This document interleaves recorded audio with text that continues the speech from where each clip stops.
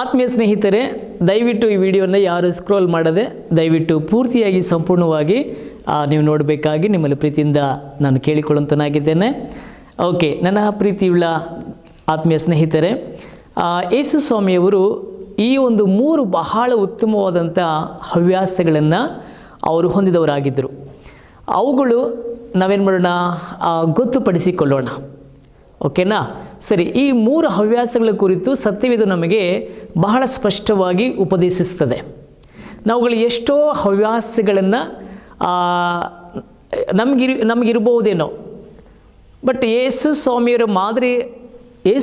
ಸ್ವಾಮಿಯವರ ಮಾದರಿಯನ್ನು ನಾವು ಅನುಸರಿಸುವುದಕ್ಕೋಸ್ಕರವಾಗಿ ಈ ಹವ್ಯಾಸಗಳನ್ನು ಸತ್ಯವೇದದಿಂದ ಪುನಃ ನಾವೇನು ಮಾಡೋಣ, ಧ್ಯಾನಿಸಿ ನಾವು ಜ್ಞಾಪಕ ಮಾಡಿಕೊಳ್ಳೋಣ. Okay, right. ಜ್ಞಾಪಕ ಮಾಡಿಕೊಂಡು ಮತ್ತು ಅವುಗಳನ್ನು ಅನುಸರಿಸಿ ಅವರ ಮನಸ್ಸನ್ನು ನಾವು ಹ್ಯಾಪಿ ಪಡಿಸುವಂಥ ಒಂದು ಕಾರ್ಯದಲ್ಲಿ ನಾವು ಮುಂದೆ ಸಾಗೋಣ. ಓಕೆನಾ? ಓಕೆ, ನಾವು ವ್ಯಕ್ತಿಗತವಾಗಿ ಮತ್ತು ನಮ್ಮ ಕುಟುಂಬದವರು, ಸಭೆಯವರು, ನಮ್ಮ ಆತ್ಮೀಯ ಸ್ನೇಹಿತರು ನಮ್ಮ ಈ ಒಂದು ಹವ್ಯಾಸಗಳನ್ನು ಅಥವಾ ಈ ಒಂದು ಹವ್ಯಾಸಗಳನ್ನು ಅವ್ರೇನು ಮಾಡಬೇಕು ನೋಡಿ, ಅವರು ಕೂಡ ಹ್ಯಾಪಿಯಾಗಿರಲು ನಾವು ಸಾಕ್ಷಿಯಾಗಿರೋಣ ಮತ್ತು ಮಾದರಿಯಾಗಿರೋಣ. ಓಕೆನಾ? ಸರಿ, ನಾವು ನೋಡ್ತೇವೆ ಈ ಒಂದು ಯೇಸು ಸ್ವಾಮಿಯವರ ಬಹಳ ಉತ್ತಮವಾದಂಥ 3 ಹವ್ಯಾಸಗಳಲ್ಲಿ ಮೊದಲನೇ ಒಂದು ಹವ್ಯಾಸವನ್ನು ನಾವೇನು ಮಾಡೋಣ, ಈ ಸಮಯದಲ್ಲಿ ಸ್ವಲ್ಪ ಸಮಯ ನಾವು ಧ್ಯಾನ ಮಾಡೋಣ. ಓಕೆ, ನಾವು ಮೊದಲಿಗೆ ಮತ್ತಾಯನ ಬರೆದ ಸುವಾರ್ತೆ, ನಾವು ಮಾರ್ಕನು ಬರೆದ ಸುವಾರ್ತೆ 6ನೇ ಅಧ್ಯಾಯ 1-2 ವಚನಗಳನ್ನು ನಾವು ಓದುವುದಾದರೆ, ಇಲ್ಲಿ ಒಂದು ಮಾತು ಹೀಗೆ ಬರೆಯಲ್ಪಟ್ಟಿದೆ: ಆತನು ಅಲ್ಲಿಂದ ಹೊರಟು ತನ್ನ ಊರಿಗೆ ಬಂದನು, ಶಿಷ್ಯರು ಆತನ ಹಿಂದೆ ಬಂದರು. ಸಬ್ಬತ್ ದಿನ ಬಂದಾಗ ಆತನು ಸಭಾಮಂದಿರಕ್ಕೆ ಹೋಗಿ. ಸಬ್ಬತ್ ದಿನ ಬಂದಾಗ ಆತನು ಸಭಾಮಂದಿರಕ್ಕೆ ಹೋಗಿ. ಯೇಸು ಸ್ವಾಮಿಯವರಿಗೆ ಈ ಒಂದು ವಿಷಯ, ಈ ಒಂದು ವಾಕ್ಯದಲ್ಲಿ ಸ್ಪಷ್ಟವಾಗಿ ನಮಗೆ ಕಾಣ್ತಾ ಇದೆ. ನಿಜವಾಗ್ಲೂ ಈ ಒಂದು ಹವ್ಯಾಸ ಅದು ನಿಜವಾಗ್ಲೂ ಅವರು ಅದನ್ನು ಬೆಳೆಸ್ಕೊಂಡಿದ್ರು. ಅದು ಅವ್ರಿಗೋಸ್ಕರವಾಗಿ ಅನ್ನೋದಕ್ಕಿಂತಲೂ ದೇವರಾಗಿದ್ದರೂ ಕೂಡ ಅವರಿಗೋಸ್ಕರವಾಗಿ ಅನ್ನೋದಕ್ಕಿಂತಲೂ ಮುಂದಿರುವಂಥ ಆತನ ಶಿಷ್ಯರಾಗಿರಲಿ ಅಥವಾ ಮುಂದಿನ ದಿನಗಳಲ್ಲಿ ಆತನನ್ನು ಹಿಂಬಾಲಿಸುವಂಥ ಆತನ ಸ್ನೇಹಿತರಾಗಿರಲಿ ಅಥವಾ ಭಕ್ತರಾಗಿರಲಿ, ಈ ಒಂದು ಮಾದರಿಯನ್ನು ಅವರುಗಳು ಕೂಡ ಅನುಸರಿಸಬೇಕು ಅನ್ನೋದಕ್ಕೋಸ್ಕರವಾಗಿ ಈ ಹವ್ಯಾಸವನ್ನು ಅವರು ನಿಜವಾಗಲೂ ಯೇಸು ಸ್ವಾಮಿಯವರು ದೇವರಾಗಿದ್ದರೂ ಕೂಡ ಅವರು ಅದನ್ನು ಅನುಸರಿಸ್ತಾ ಇದ್ದರು. ಓಕೆ, ಈ ಒಂದು ಹವ್ಯಾಸ ಸಬ್ಬತ್ ದಿನದಂದು ಆತನೇನು ಮಾಡ್ತಾಯಿದ್ರು, ಸಭಾಮಂದಿರಕ್ಕೆ ಹೋಗುವುದನ್ನು ಅವರು ಹವ್ಯಾಸವಾಗಿ ಅಥವಾ ವಾಡಿಕೆಯಾಗಿಟ್ಟುಕೊಂಡಿದ್ದರು. ಹೌದು, ದೇವರ ಮಂದಿರಕ್ಕೆ ಹೋಗಬೇಕು.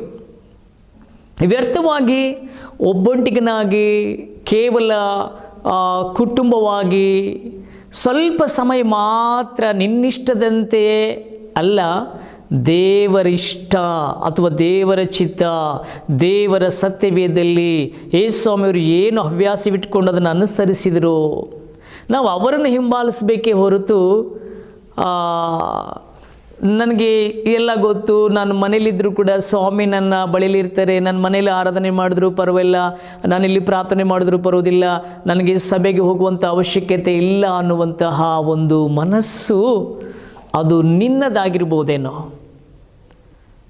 ಅದು ದೇವರ ಚಿತ್ತವಲ್ಲ, ಅದು ದೇವರ ಇಷ್ಟಪಡುವಂಥ ಒಂದು ಕಾರ್ಯವೋ ಅದು ಅಲ್ಲ ಪ್ರಿಯರೇ. ಓಕೆನಾ? ಯೇಸು ಸ್ವಾಮಿಯರ ಮಾದರಿಯನ್ನು ಅನುಸರಿಸುವವರಾಗಿ ಉಳಿದ ಹೆಚ್ಚಿನ ನಿನ್ನ ವೈಯಕ್ತಿಕ ಅಥವಾ ಕೌಟುಂಬಿಕ ವ್ಯವಹಾರ ಕಾರ್ಯಗಳಿಟ್ಕೊಂಡು ಸಮಯ ವ್ಯರ್ಥ ಮಾಡಿಕೊಳ್ಳದೆ ಸಬ್ಬತ್ ದಿನವನ್ನು ಬಹಳ ಪರಿಶುದ್ಧವಾಗಿ ಆಚರಿಸಬೇಕೆಂದು ನಾವು ಲೂಕನು ಬರೆದ ಸುವಾರ್ತೆ 4:16 ವಚನದಲ್ಲಿ ಕೂಡ ಅಲ್ಲಿ ನೋಡ್ತೇವೆ. ಅಲ್ಲಿ ಇನ್ನೂ ಸ್ಪಷ್ಟವಾಗಿ ಬರೆಯಲ್ಪಟ್ಟಿದೆ. ಅವರು ಏನು ಮಾಡಿದಾರಂತೆ, ಅಲ್ಲಿ ಆ ಮಾತನ್ನು ನಾವು ಓದುವುದಾದರೆ ಅಲ್ಲಿ ಇನ್ನೂ ಸ್ಪಷ್ಟವಾಗಿ ನಮಗೆ ಗೊತ್ತಾಗ್ತದೆ. ಹೀಗಿರಲಾಗಿ ಆತನು ತಾನು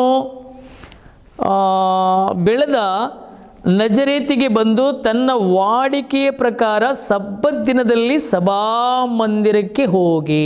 ವಾಡಿಕೆಯ ಪ್ರಕಾರ ನೋಡಿದಿರಾ ಎಷ್ಟು ಸ್ಪಷ್ಟವಾಗಿ ಬರೆಯಲ್ಪಟ್ಟಿದೆ. ತನ್ನ ವಾಡಿಕೆ ಪ್ರಕಾರವಾಗಿ ದೇವರ ಮಂದಿರಕ್ಕೆ ಆತನೇ ಹೋದನಲ್ವಾ. ಯೇಸು ಸ್ವಾಮಿಯವರೇ ಹೋದ್ರಲ್ವ, ದೇವರಾಗಿದ್ರು ಕೂಡ ಆತನು ಹೋದನಲ್ವಾ. ಹಾಗಾಗಿ ನನ್ನ ಆತ್ಮೀಯ ಸ್ನೇಹಿತರೆ, ಆತನನ್ನು ಸಮಯವನ್ನು ಬಹಳವಾಗಿ ಅಂದರೆ ವೈಯಕ್ತಿಕವಾಗಿ, ಕೌಟುಂಬಿಕವಾಗಿ, ಪರಿಸ್ಥಿತಿಗಳನುಸಾರವಾಗಿ, ವ್ಯವಹಾರಗಳು ಅಥವಾ ಸ್ನೇಹಿತರು, ಬಂಧು ಬಳಗದವರ ಉತ್ಸಾಹ, ಸಮಾರಂಭಗಳಲ್ಲಿ ಮತ್ತು ಈ ದಿನಗಳಲ್ಲಿ ಕೆಲವರು ಏನು ಮಾಡ್ತಾಯಿದ್ದಾರೆ ಗೊತ್ತ್ರಿ, ನಾವು ನೋಡ್ತೇವೆ ಅವರಾಗಿ ಅವರೇ ಮಾಡಿಕೊಂಡಿರುವಂಥ ಸಾಲಗಳಿಂದ ಮನುಷ್ಯರುಗಳಿಗೆ ಭಯಪಟ್ಟು ಮನೆಯಲ್ಲಿಯೇ ಪ್ರಾರ್ಥನೆ ಆರಾಧನೆ ಮಾಡಿಕೊಳ್ಬೋದೆಂದು ತಮ್ಮದೇ ಸರಿ ಅಂದುಕೊಳ್ತಾ ಇದ್ದಾರೆ. ಹಾಗಾದರೆ ಇಲ್ಲಿ ಯೇಸು ಸ್ವಾಮಿಯವರಿಗಿಂತ ತಾವೇ ಶ್ರೇಷ್ಠರಾಗಿ ಕಾಣಿಸಿಕೊಳ್ಳುವುದನ್ನು ನಾವು ನೋಡ್ತಾ ಇದ್ದೇವೆ ಅಲ್ವಾ. ಅಂದರೆ ಪ್ರಾರಂಭದಲ್ಲಿ ಇಷ್ಟು ವರ್ಷಗಳು ಮಾತ್ರವಲ್ಲ, ನಾವು ಅನೇಕ ಸತ್ಯಾರ್ಥಗಳನ್ನು ಗ್ರಹಿಸಿಕೊಂಡು ನಮಗೆ ಸಾಲಗಳಿಲ್ಲದೆ ಇರುವಾಗ, ಪರಿಸ್ಥಿತಿಗಳು ಸಮಸ್ಯೆಗಳು ಇಲ್ಲದೆ ಇರುವಾಗ ದೇವರ ಬಳಿಗೆ ಹೋಗಬೇಕು, ಮಂದಿರಕ್ಕೆ ಹೋಗಬೇಕು ಅನ್ನುವಂಥ ಮನಸ್ತಾಪನೆ ಉಳ್ಳವರಾಗಿದ್ದುಕೊಂಡು ಇದ್ದು, ಇವಾಗ ನಿಮ್ಮಲ್ಲಿ ಕೆಲವೊಂದು ಸಮಸ್ಯೆಗಳಲ್ಲಿ ಸಿಕ್ಕಾಕೊಂಡು, ಸಾಲಗಳಲ್ಲಿ ಸಿಕ್ಕಾಕೊಂಡು, ಈ ಪರಿಸ್ಥಿತಿಗಳ ಒತ್ತಡದಿಂದ ಮನುಷ್ಯರಿಗೆ ಭಯಪಟ್ಟು ಈ ದೇವರ ಮಾತುಗಳನ್ನು, ದೇವರ ಈ ಮಾದರಿಗಳನ್ನು ಬದಿಗೆ ಇಟ್ಬಿಟ್ಟು, ದೇವರು ನಾವೆಲ್ಲಿ ಪ್ರಾರ್ಥನೆ ಮಾಡಿದ್ರು, ಎಲ್ಲಿ ಆರಾಧನೆ ಮಾಡಿದ್ರು ಕೂಡ ನಮಗೆ ದೇವರಿದ್ದಾನೆ ಅನ್ನುವಂಥ ರೀತಿಯಲ್ಲಿ ಇವತ್ತೇನಾಗಿದ್ದಾರೆ, ಅನೇಕರು ಸೇವಕರುಗಳಿಗೇನೆ ಅಥವಾ ಇವತ್ತು ಯೇಸು ಸ್ವಾಮಿಯವರಿಗೇನೆ ಆ ಯೇಸು ಸ್ವಾಮಿ ಮಾತುಗಳನ್ನು, ಅವರ ಮಾದರಿನ ದೂರ ಇಟ್ಟು ಅವರುಗಳನ್ನೇ ಬುದ್ಧಿ ಹೇಳುವಂಥಷ್ಟು ಮಟ್ಟಿಗೆ ಇವತ್ತು ಕೆಲವರು ಆ ರೀತಿಯಲ್ಲಿ ನಡ್ಕೊಳ್ಳೋದನ್ನು ನೋಡುವಾಗ ತುಂಬಾ ಬೇಜಾರಾಗ್ತದೆ. ಹಾಗಾಗಿ ಈ ಮಾತನ್ನು ವೀಕ್ಷಿಸ್ತಿರುವಂಥ, ಕೇಳಿಸ್ಕೊಳ್ತಿರುವಂಥ ಪ್ರಿಯ ಸಹೋದರ ಸಹೋದರಿಯರೇ, ಈ ರೀತಿಯ ಕಾರ್ಯಗಳು ಆ ಯೇಸು ಸ್ವಾಮಿ ಮಾದರಿಯನ್ನು ಬಿಟ್ಟು ನಾವುಗಳು ನಮಗಿಷ್ಟವಾದ ರೀತಿಯಲ್ಲಿಯೇ ನಾವುಗಳು ಸ್ವಲ್ಪ ಸಮಯ ಮಾತ್ರ ನಾವು ಮನೆಯಲ್ಲಿ ಕಳೆದುಬಿಟ್ಟು ಅದು ಬಹಳ ಪರಿಶುದ್ಧ ದಿನವೆಂಬುದಾಗಿ ಅವರೇನು ಮಾಡ್ತಾ ಇದ್ದಾರೆ, ದೇವರೇ ಅಥವಾ ಯೇಸು ಸ್ವಾಮಿಯವರು ಹೇಳ್ತಾ ಇದ್ದಾರೆ. ಮಾತ್ರವಲ್ಲ, ಅವರು ವಾಡಿಕೆ ಪ್ರಕಾರವಾಗಿ ಅಂತಂದರೆ ಅವರ ಹವ್ಯಾಸವನ್ನು, ಅವರ ಅನೇಕ 3 ಥರವಾದಂಥ ಹವ್ಯಾಸಗಳಲ್ಲಿ ಈ ಮೊದಲನೆಯ ಹವ್ಯಾಸವು ಎಷ್ಟು ನೋಡ್ರಿ ಅದು. ಹಾಗಾಗಿ ಪ್ರಿಯರೇ, ದೇವರಿಗೆ ಸ್ತೋತ್ರವಾಗಲಿ. ಆತನ ಮಾದರಿಗಳನ್ನು ನಿರ್ಲಕ್ಷ್ಯ ಮಾಡುವಂಥವರಾಗಿ ಇರುವುದಾದರೆ, ನಾವುಗಳು ವ್ಯರ್ಥವಾದವುಗಳಿಗಾಗಿ ಸಮಯವನ್ನು ಖರ್ಚು ಮಾಡ್ತಾ ಇರುವುದಾದರೆ, ಆದರೆ ಯೇಸು ಸ್ವಾಮಿಯವರು ತಮ್ಮ ವಾಡಿಕೆ ಅಥವಾ ಹವ್ಯಾಸದಂತೆ ಪ್ರತಿ ವಾರ ದೇವರ ಮಂದಿರಕ್ಕೆ ಹೋಗುವಂಥ ವಾಡಿಕೆ ಹವ್ಯಾಸವು ನಾವು ಕುಟುಂಬದವರು, ಆತನ ಭಕ್ತರಾಗಿರುವಂಥ ನಾವುಗಳು ನಮ್ಮ ಪರಿಸ್ಥಿತಿಗಳ ನಿಮಿತ್ತವಾಗಿ ಒತ್ತಡಕ್ಕೆ ಸಿಲುಕಿ, ಮನುಷ್ಯರ ಭಯಕ್ಕೆ ಸಿಲುಕಿ, ಸಮಸ್ಯೆಗಳಿಗೆ ಸಿಲುಕಿ, ಸಾಲದ ಬಾಧೆಗಳಿಗೆ ಸಿಕ್ಕಾಕಿಕೊಂಡವರಾಗಿ, ದಯವಿಟ್ಟು ಪ್ರಿಯ ದೇವರ ಮಕ್ಕಳೇ, ನಮ್ಮ ಮನೆ ಅನ್ನೋದಕ್ಕಿಂತಲೂ ಅಥವಾ ನನಗೆ ಎಲ್ಲವೂ ಗೊತ್ತು ಅನ್ನೋದಕ್ಕಿಂತಲೂ, ಎಲ್ಲಿ ಹೋದರೇನು, ಎಲ್ಲಿ ಮಂದಿರಕ್ಕೆ ಹೋದರೇನು, ಇಲ್ಲೇ ಕುಳಿತುಕೊಂಡು ಆರಾಧನೆ ಮಾಡಿದರೆ ಸಾಕಲ್ಲ ಎಂಬುದಾಗಿ ಆ ದಿವಸ ಯೇಸು ಸ್ವಾಮಿಯವರು ಕೂಡ ಹೇಳಿದ್ದೇ. ಆದರೆ ಅವರು ಹೇಳಿದ್ದಾರೆ, ಆತನೇ ಒಂದು ಮಾದರಿಯಾಗಿ ಅವರು ಇರುವಾಗ ಆ ಮಾದರಿನ ನಾವುಗಳು ಅನುಸರಿಸಬೇಕೇ ಹೊರತು ನಮ್ಮ ಇಷ್ಟವು ದೇವರಿಷ್ಟವಾಗಿರ್ಬಾರ್ದು, ದೇವರಿಷ್ಟವು ನಮ್ಮ ಇಷ್ಟವಾಗಿರಬೇಕು ಕೆಲವೊಂದು ವಿಷಯಗಳಲ್ಲಿ ಪ್ರಿಯ ದೇವರ ಮಕ್ಕಳೇ. ಹಾಗಾಗಿ ಯೇಸು ಸ್ವಾಮಿಯವರ ಬಹಳ ಉತ್ತಮವಾದಂಥ ಹವ್ಯಾಸಗಳಲ್ಲಿ ಈ ಮೊದಲನೇ ಹವ್ಯಾಸವು ಬಹಳ ನಿಜವಾಗಲೂ ನನಗೆ ಆ ದಿನಗಳಲ್ಲಿ ಕೆಲವರು ಸೇವಕರು ಆ ರಕ್ಷಣೆಯ ಪ್ರಾರಂಭ ದಿನದಲ್ಲಿ ನನಗೆ ನನಗೆ ಉಪದೇಶಿಸಲ್ಪಟ್ಟಾಗ ಆ ದಿವಸದಿಂದ ಈ ದಿವಸದವರೆಗೂ ದೇವರ ಮಂದಿರಕ್ಕೆ ಹೋಗುವಂಥದ್ದನ್ನು ನಾನು ಮರೆಯಲೇ ಇಲ್ಲ, ನಾನು ಬಿಡಲೇ ಇಲ್ಲ. ದೇವರಿಗೆ ಮಹಿಮೆ ಆಗಲಿ. ಆತನ ಮನಸ್ಸನ್ನು ಸಂತೋಷಪಡಿಸುವುದರಲ್ಲಿ ನಾನು ಇದರಲ್ಲಿ ಆತನ ಮಾದರಿಯನ್ನು ನಾನು ಅನುಸರಿಸ್ತಾ ಇದ್ದೇನೆ. ಹಾಗಾಗಿ ಯಾರಾದರೂ ನಾವು ಮಿಸ್ ಮಾಡಿದ್ದೇ ಆದರೆ ಅಥವಾ ಆತನ ಮನಸ್ಸನ್ನು ದುಃಖಪಡಿಸ್ತಾ ಇರೋದಾದರೆ ಆತನ ದಿನವನ್ನು ನಮ್ಮ ದಿನವನ್ನಾಗಿ ಮಾಡಿಕೊಂಡು ನಾವು ನನ್ನ ಮನೆಯಲ್ಲಿಯೋ ಅಥವಾ ಎಲ್ಲೋ ಒಂದು ಕಡೆಗೆ ಇರುವಂಥದ್ದಲ್ಲ.